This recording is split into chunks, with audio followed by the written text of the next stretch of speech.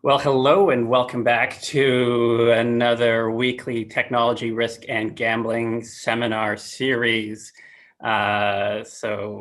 This week we have a really interesting seminar that we'll get to in a moment, but a advisory warning, which I wish I heeded myself this week, is that our friends in the Southern Hemisphere in Australia, they switched their daylight savings time this past week. And so what that means is that next week we'll be airing the seminar and then henceforth at 3:30 p.m. Pacific time, 6:30 p.m. Eastern time.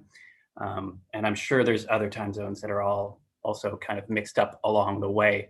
So if you're turning in live and you'd like to watch this live next week, instead of 2:30 Pacific, come in at 3:30 Pacific. So this week's seminar, we actually pre-recorded because of more time zone issues. We had people located in Europe, and so we are going to flip to a video here momentarily. But first, allow me to give a little brief overview of our speakers. So the first speaker is Dr. Kati Alha, who's a university lecturer at Tampere University. And our second is Elena Petrovskaya, who's a Ph.D. researcher at the University of York's Center for Intelligent Games and Game Intelligence. I love the name of that center. The topic that they're going to be discussing is, as you can see, if you're looking at this on YouTube, is monetization and free-to-play digital games. These two people are the foremost experts in this topic right now. And this was actually a topic that was proposed by Elena to us. And she also suggested that we reach out to Kati. So we're very grateful to Elena for doing that and for Kati for agreeing to also participate. So without further delay, we're going to hand this conversation over to Tom Swan, who helps us every week with this seminar. So Tom's part of the Brain and Mind Center and has been helping us out every week behind the scenes. And this week, he's going to be helping us out on this technical front as well. So thank you very much, Tom. And we're going to flip to the pre-recording now.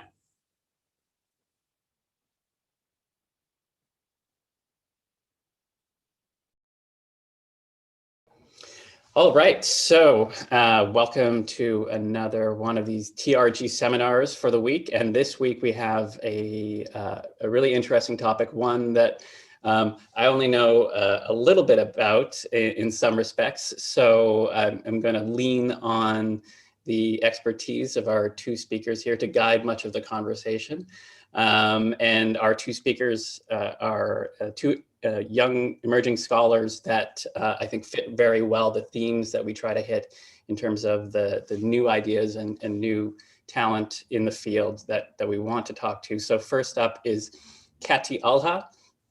So Kati, would you mind just giving us a little bit of your background and history? I know I just gave a introduction in the live portion of this, but would you mind telling us how you got to here? And then Elena Petrovskaya will have you do the same thing.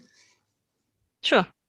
First of all, thanks for having me. It's nice to be in this series.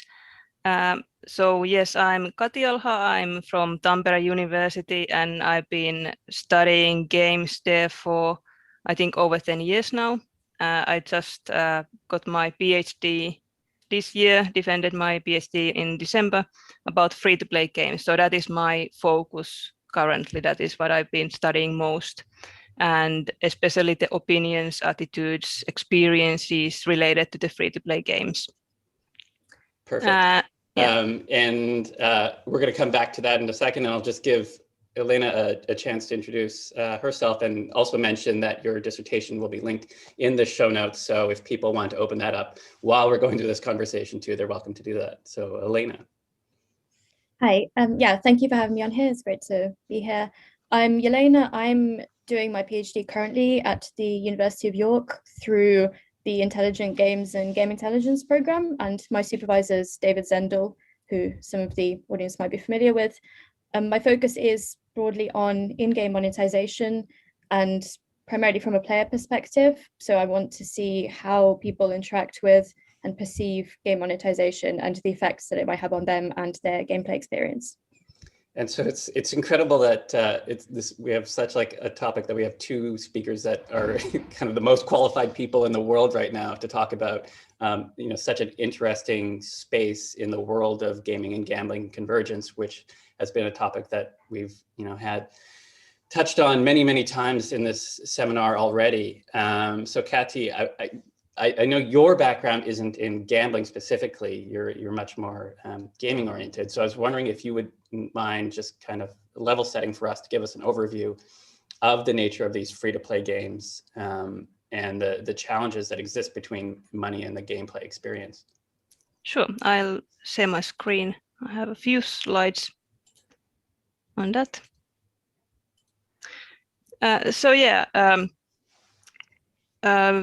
I have been studying free-to-play games for a while now, and I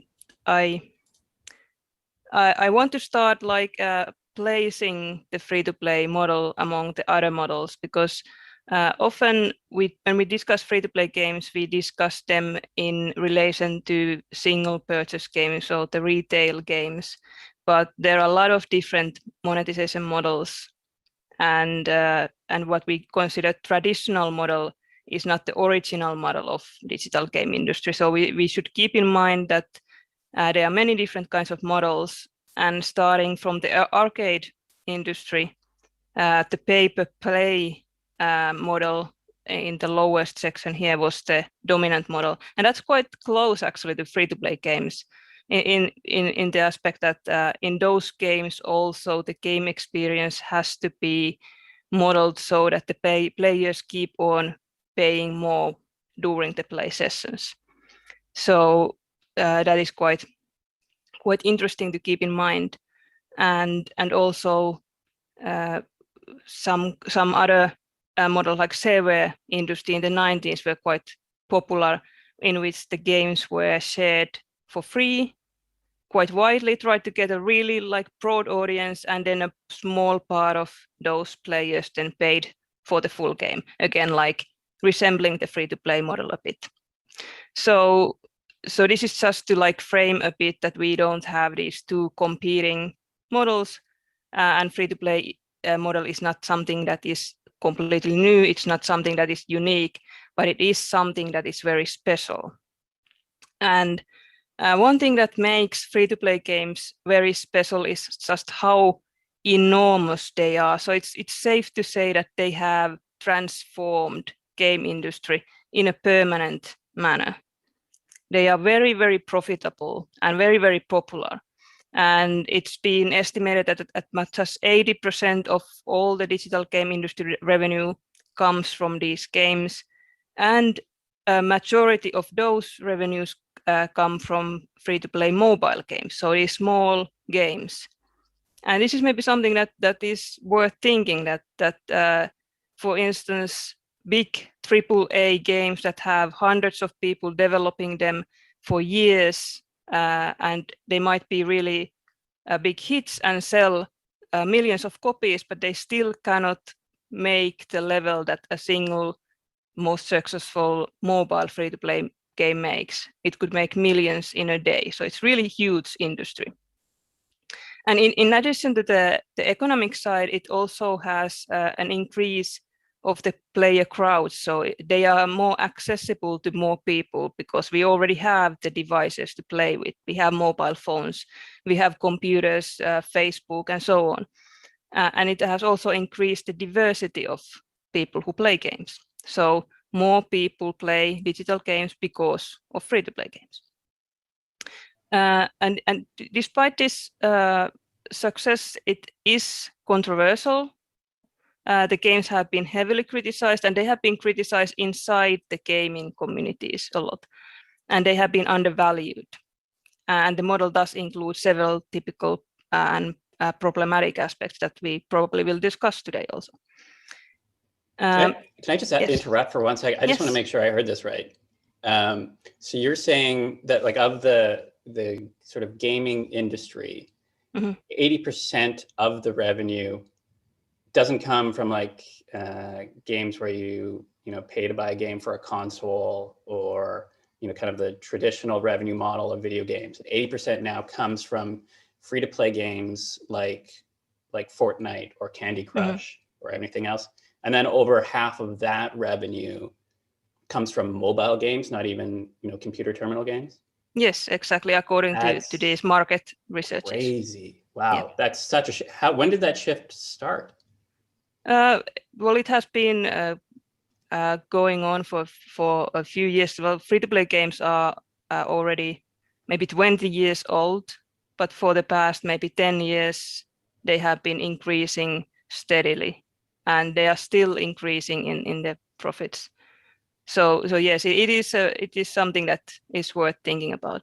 Yeah. Wow. Okay. Sorry to interrupt. Go ahead. No, I no wanted worries. to make sure I heard that right.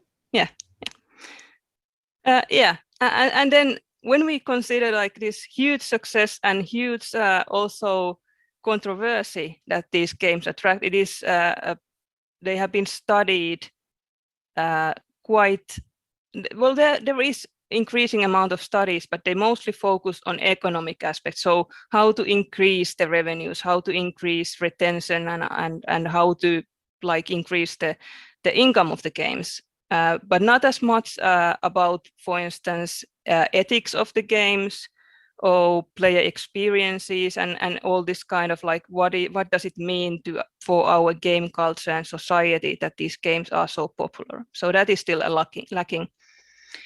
And another problem with these studies is that they are often studying these games as one group of games. And free-to-play games are very varied. There's a lot of different kinds of games. There's these casual match 3 games. There's very competitive, serious esports titles. So there's a lot of variability between the games. So if we treat them as one, we will not get to the truth of it. And I am also like guilty of this in some of my studies.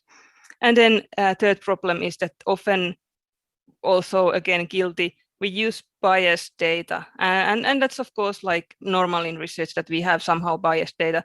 But the problem is that we use often similarly biased data. So we are studying these young male gamers, often Western gamers.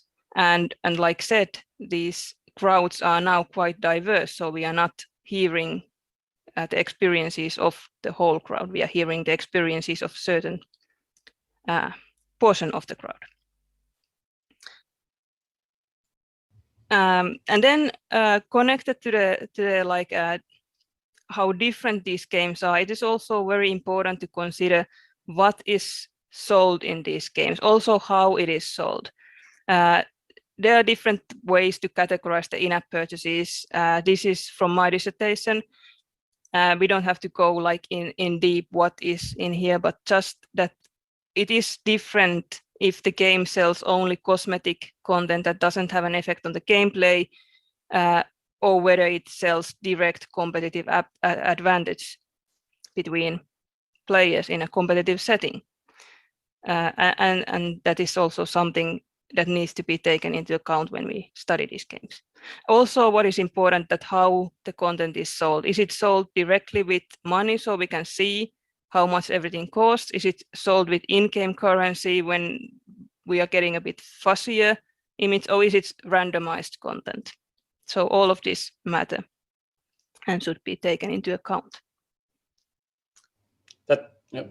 Yes. Yes, if you want. That's such a fascinating way to lay out the different monetization strategies that exist. Is there a trend or a direction, or is it really just game specific on how they've structured the revenue monetization approach? Yeah, there's differences between game types. For instance, the competitive computer games are more prone to include more the cosmetic content because it works there, because you can see the player characters, and players might have they might be very attached to their characters, so they want to spend money also on the cosmetic side. And the big hits have such a big audience that there is enough players to get the cosmetic content. Then maybe on the mobile free-to-play side, it's more about the advancement, sometimes even the power content that is sold. So how to advance quicker in the game. For instance, there are these timers, and then if we pay money or in-game currency, we can skip the timers. So to play without these hindrances is maybe the most common in the mobile side. But it is also game specific, of course, and many of the games mix and match like what is sold.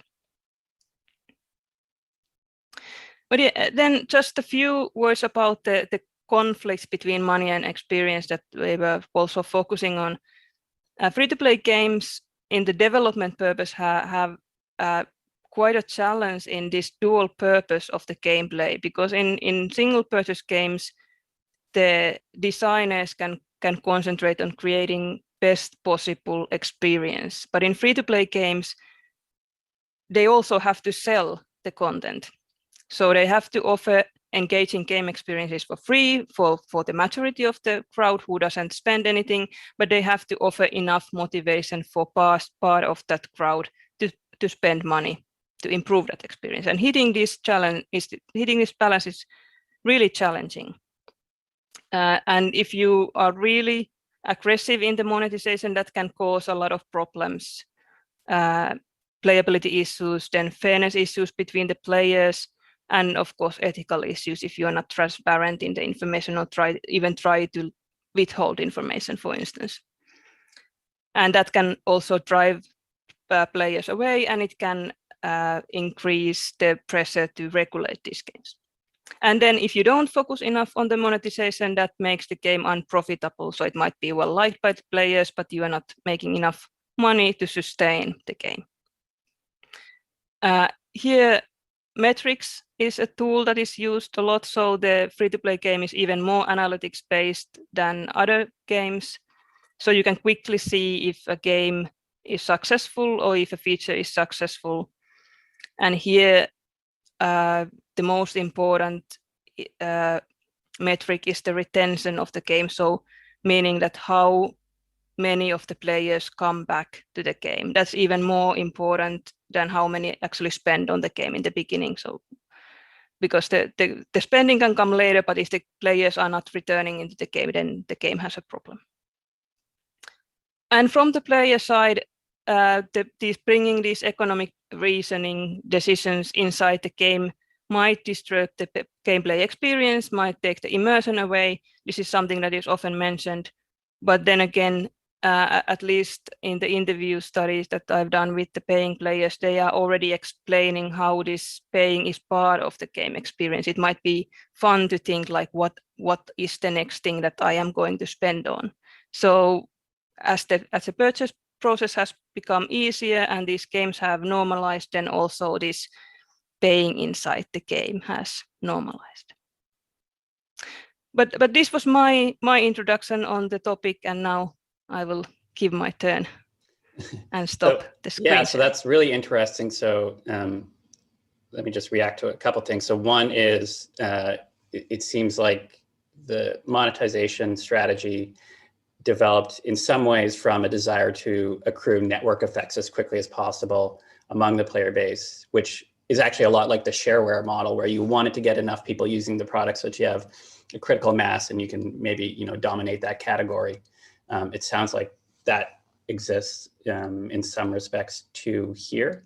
And I had one other point, but I could only think of it while that slide was up, and now I forget it. So I'll pass the conversation on to Elena. So Elena, I don't know if you want to react to Kati's presentation first, but also perhaps because you have some more experience outside of gaming and more on the gambling side, if you want to share where some of this fits into that player perspective in the gambling side literature. Yeah, sure. Let me just find my slides. I think a lot of what I'm going to talk about is related to what Kati mentioned as well. So hopefully they'll interlink quite nicely. Let me share my screen.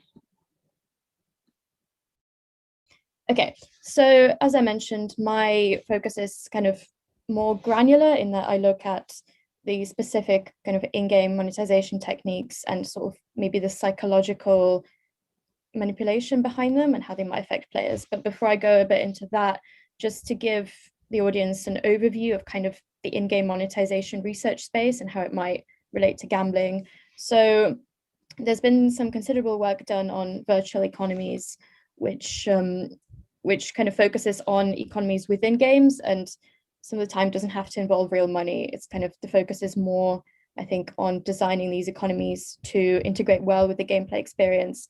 And also from a game design perspective, there's been some analysis of design patterns, and in particular, dark design patterns, for example, which is where the game's not been designed for positive player experience. And that to some extent overlaps with monetization, but that wasn't the primary focus of such research. And then kind of more centrally, recently, there's been a conversation, as was mentioned earlier, around gaming, gambling convergence. And that's tried to consider in-game monetization through that lens. So a lot of focus has been particularly on loot boxes, because they've been shown to be linked to problem gambling.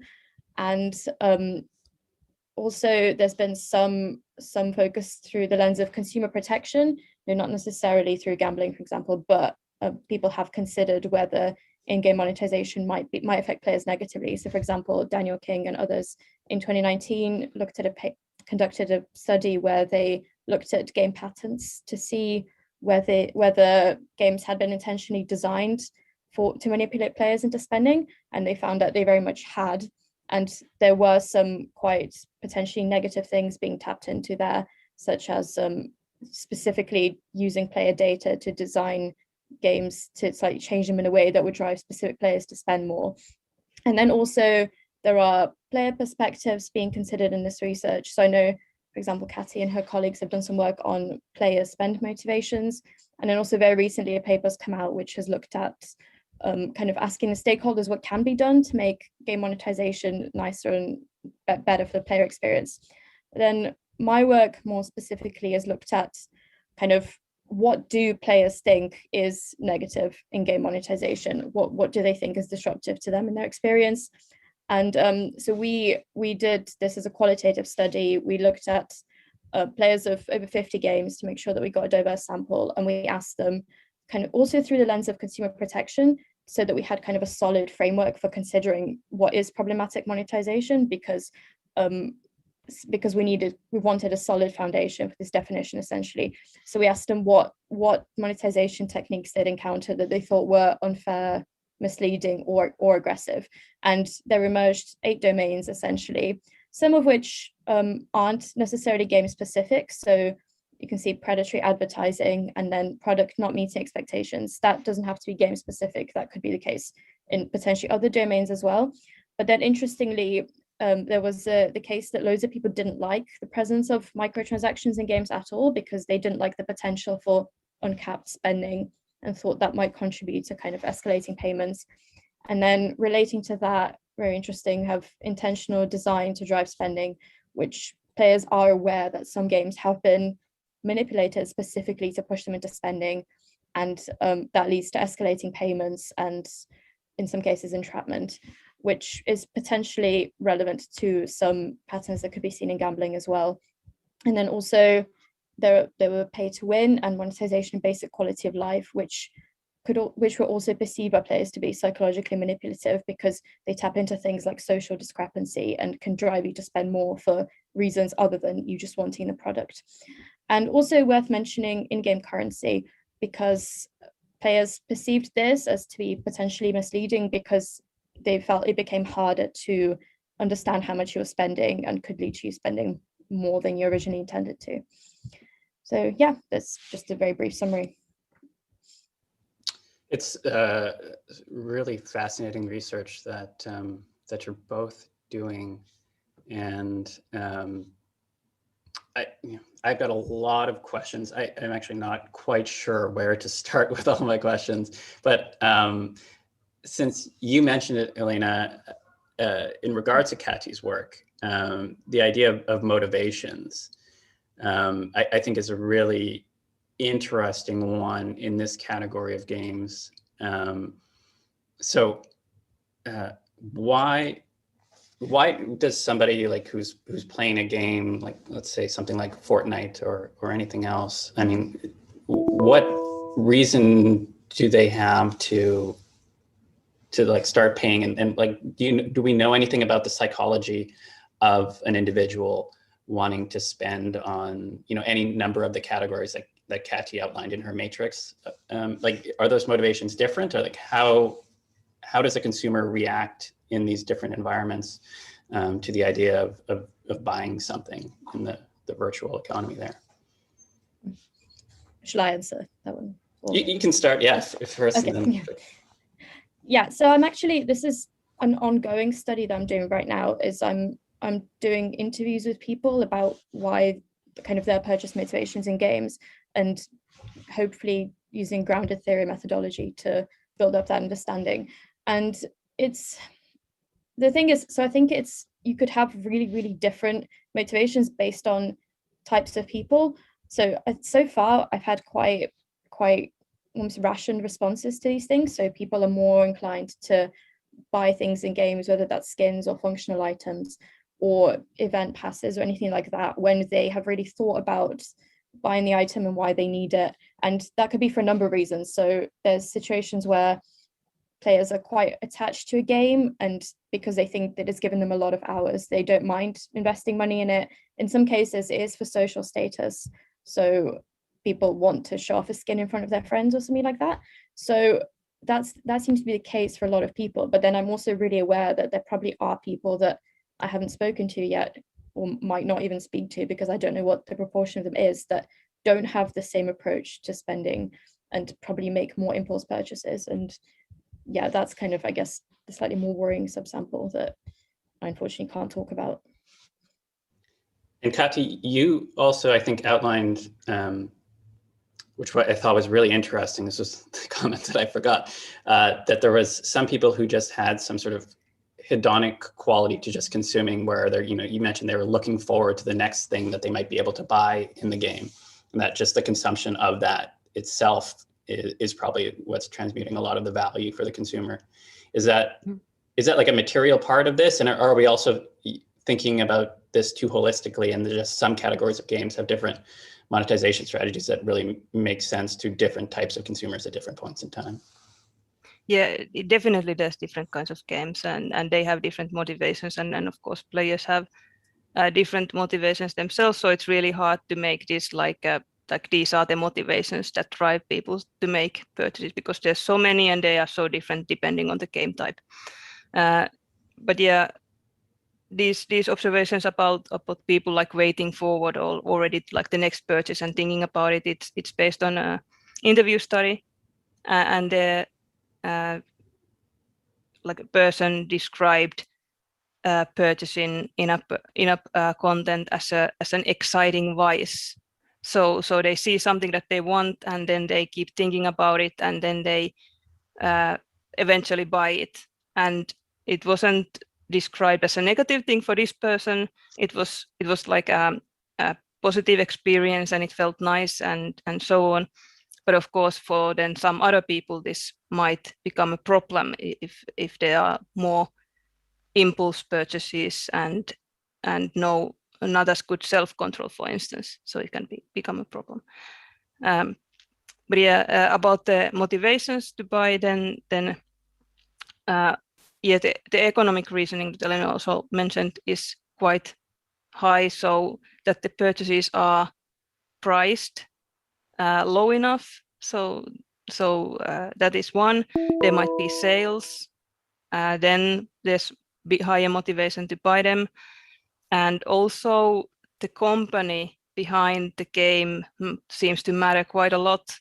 So is the company something that they trust? Is it something that supports same kind of values that the player, or is it something that they want to support with their money? Even if they wouldn't need the content, they might want to support the game so that it keeps existing. So these are quite interesting motivations, in addition to all the all the motivations, like being able to play unobstructedly and removing these obstacles on the way and so on. So those community-oriented values around wanting to support products and companies that they like, that sounds a lot like some of what you see in the esports world, where viewers or sort of amateur players will sponsor prizes for professional tournaments, which I think is something that we've touched on in the past in some of these seminars. I'm curious around,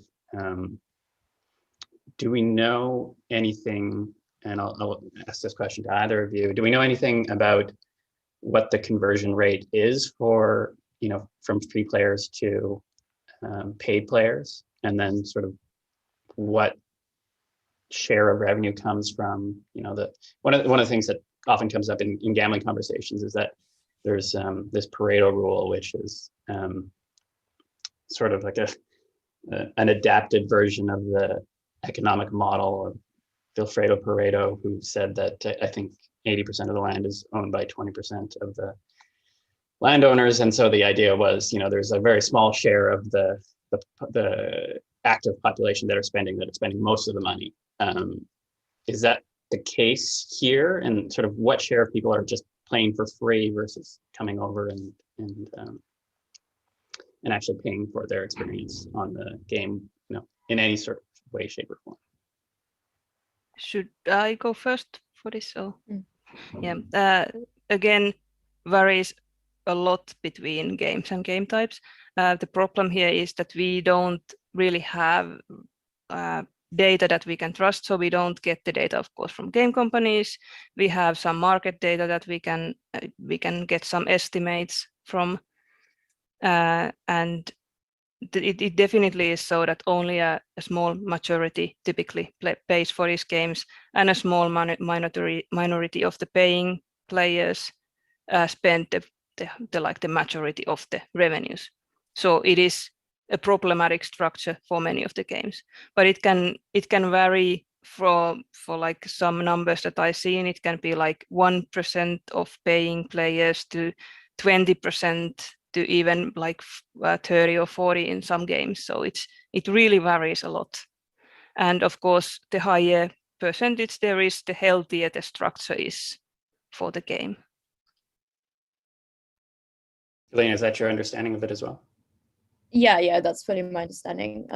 I guess just second what Kati says pretty much. And yeah, it is really difficult to make these kinds of estimations, I think, because as Kati mentioned, we don't have like the accurate data from industry, and as I'm sure is also the case in gambling research, self-report of spend isn't very reliable as a measure. So that's kind of a huge problem, I think, in this line of research for us.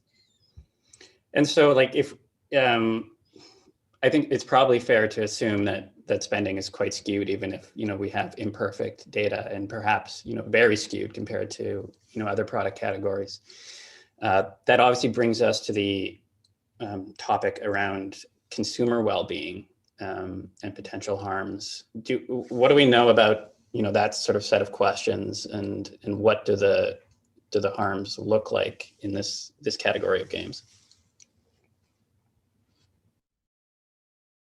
Well, I haven't done that much research on that. The one study that would touch this was the interview study again, where we interviewed the paying players and tried to focus on the high spenders. And none of those players felt that they are spending too much. They were quite like rational in explaining how much they spend, related, for instance, how many hours they play the game. But again, it was an interview study with a limited number of players, and the high spending meant that they might have used like a 50 to 100 maybe a month. So not the highest of highest players. So reaching to those players is maybe challenging, but maybe do you, Elena, have better grasp of this?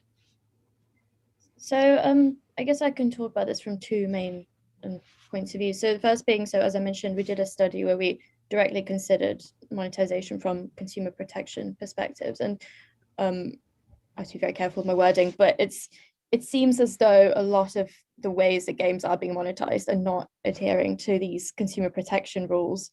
And although we didn't directly ask people, how they felt this was affecting them, the very fact that that is the case should already say something about, the consumer and how they're being treated in this space.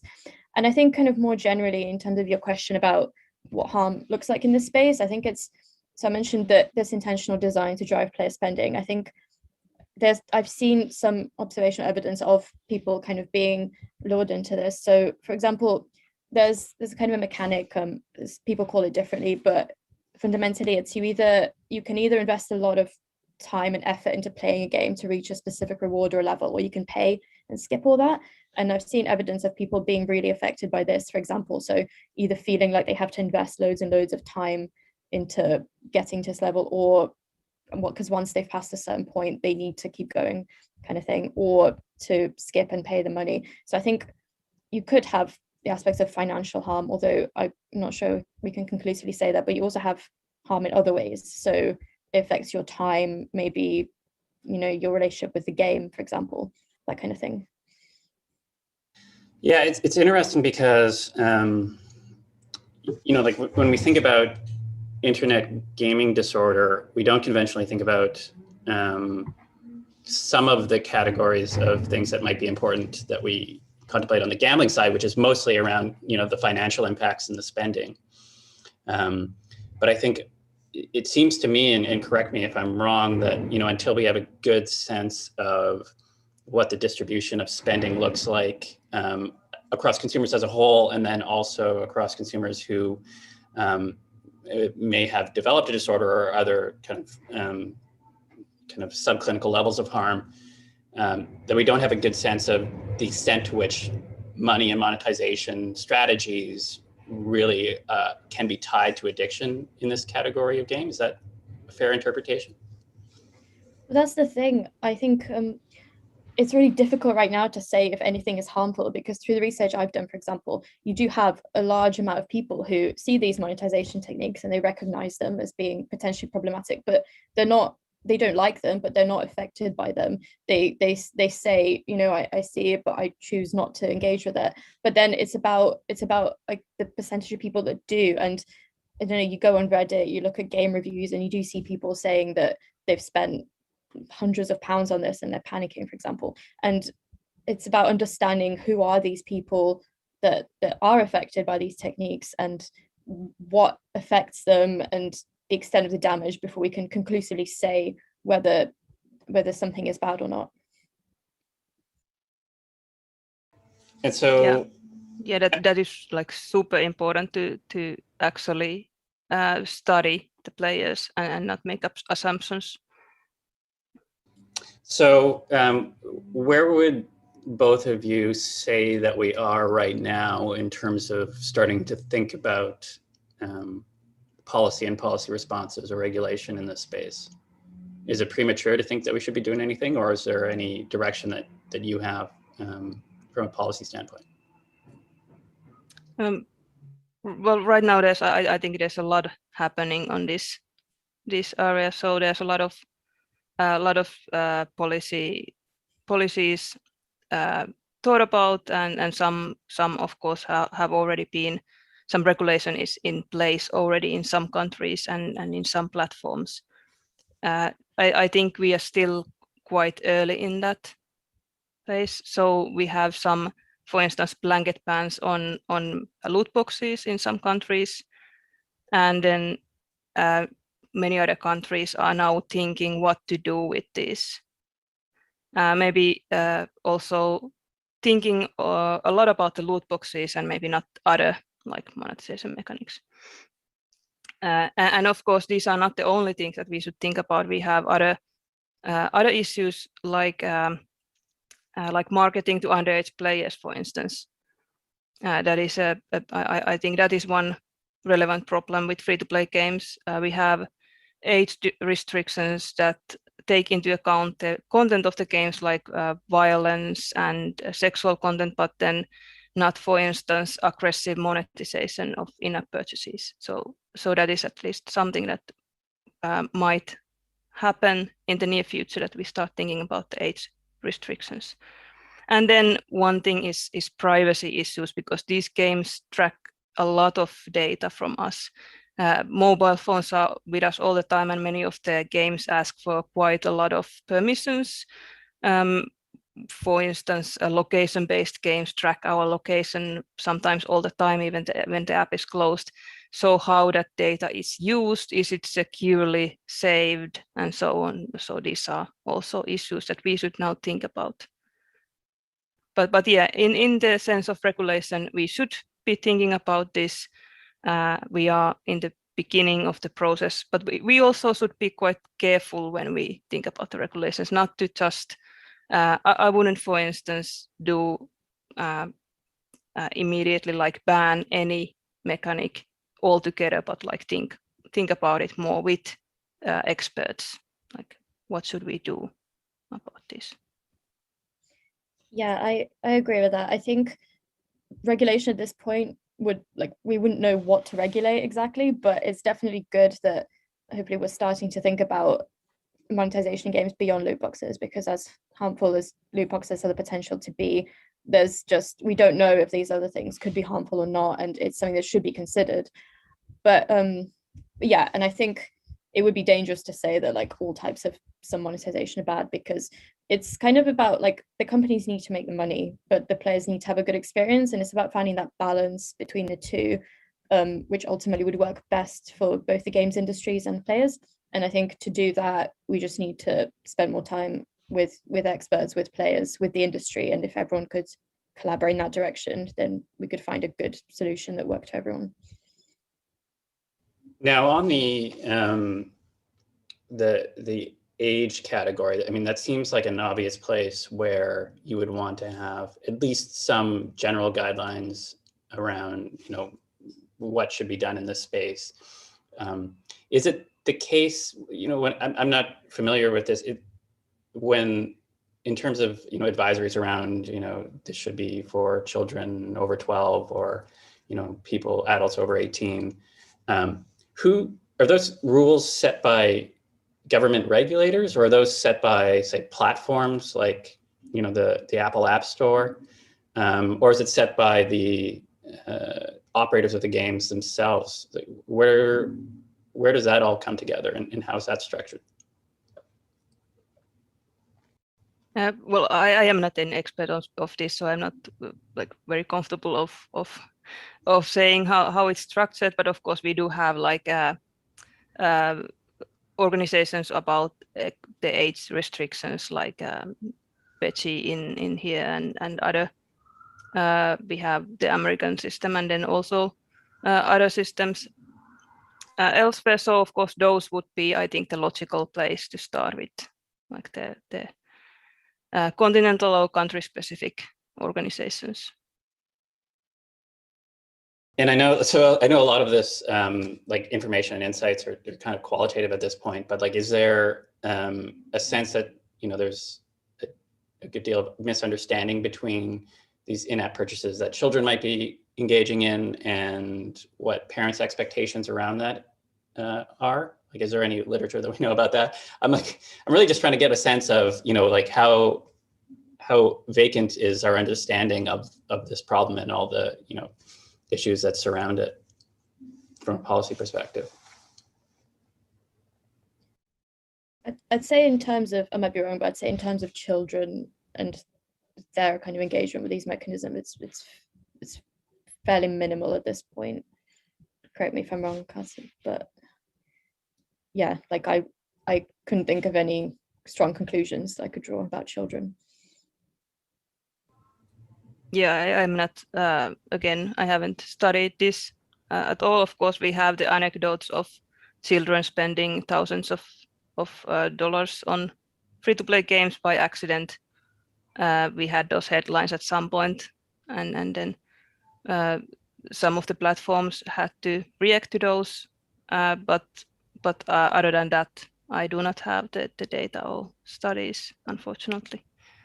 Yeah, it's interesting. There's like a lot of open questions in this space. I guess since we probably have around 5 to 10 minutes left in our conversation here, I'll just leave it to each of you to perhaps give a little bit of some closing thoughts, as well as perhaps outline some of the research that you're working on or that you would like to work on. What do you think are the important questions to answer, and what do you what do you hope to be solving over the next year or two? Shall I start? Okay. Well, for me, well, we have talked a lot about the problematic aspects and how to tackle those, and I think that is super important in free-to-play games. What often is not discussed that much is all the positive sides of these games and how they have diversified player audiences, and how they also are providing better access to games to many people, and also how sometimes we are treating these games a bit maybe unfairly because they go a bit like against the values that we have connected to, for instance, the single purchase game. So they're quite different in many aspects, and that is partly why they are being opposed by the gamer audiences, for instance, because they are different, and change is always difficult. So I would also like to keep studying these sides. What are the impacts on the game culture? What is the impact on society? And like I said, I am also guilty of the biased data. So I would like to focus more on seeing the bigger picture, like of the whole audience, including other genders, other age groups, and so on. And then also studying the different types of free-to-play games and seeing the differences, because now we often talk about them as like a bulk, and they are not a bulk. So I think that is the direction that I would personally like to go next. I don't have anything cooking for that side right now. My papers are connected to something else right now, but maybe soon I can also touch this a bit.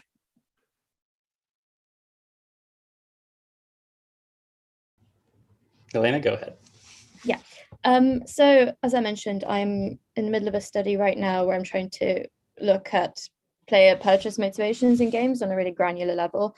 And I'm particularly interested in understanding whether these purchase motivations resemble purchase motivations in other domains. So like if you're buying clothes, for example, or whether there is something specific happening here that we might need to draw attention to. And I'm also working on another project of understanding kind of the prevalence of different monetization techniques across popular games, and perhaps the hierarchy of them and how they all interlink with each other. And after that, I'd be really curious to understand more about, as we talked about, like who the high spenders are and whether their reasons for spending are potentially problematic. And alongside all that, I'm really interested in this question of like, so if players think that certain types of monetization are unfair, then what is fair in this space, and how can we make the design of monetization games more fair, and whether there is like an ethical design guideline solution that would work for everyone involved. So if I can find a way to do that, I'd be happy. Well, yeah, I mean, there's so many questions to answer here, and I really appreciate both of you, coming on to the seminar series and being able to share some insights. And I suspect that a lot of your work will go on and inspire many other academics to get involved in this space too, because it just seems like there's an unending trove of research questions that we can answer. And it seems to me like,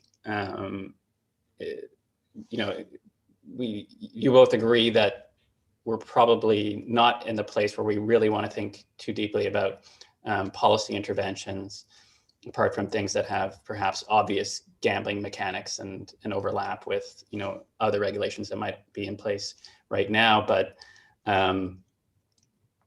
perhaps like the biggest thing that we should be thinking about is how do we fund more research in this area, and then also provide access to data for researchers who are interested in the space, like both of you, to be able to answer some of these questions. And I know, we're getting a little bit better from a gambling industry standpoint of being able to share data that is within private corporations, and like that culture is starting to change to be one more of open sharing around those insights and those data for research purposes.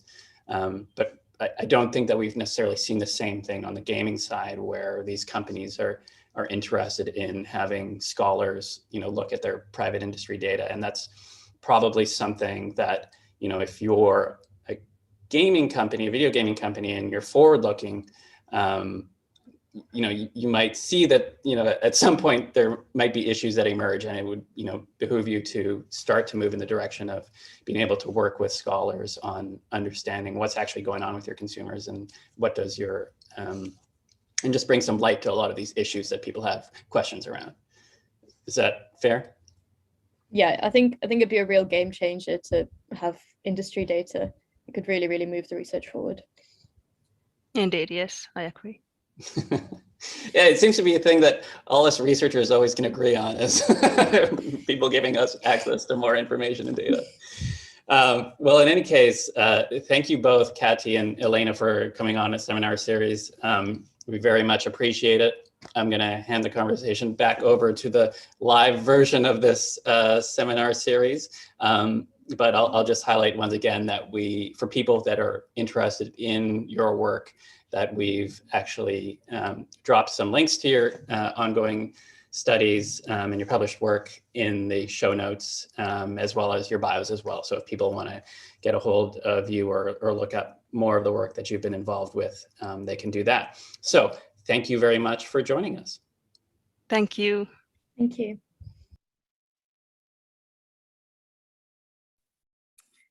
Well, thank you all for tuning in and joining us. I'm Associate Professor Sally Gainsbury, co-host of the Technology, Risk and Gambling seminar series.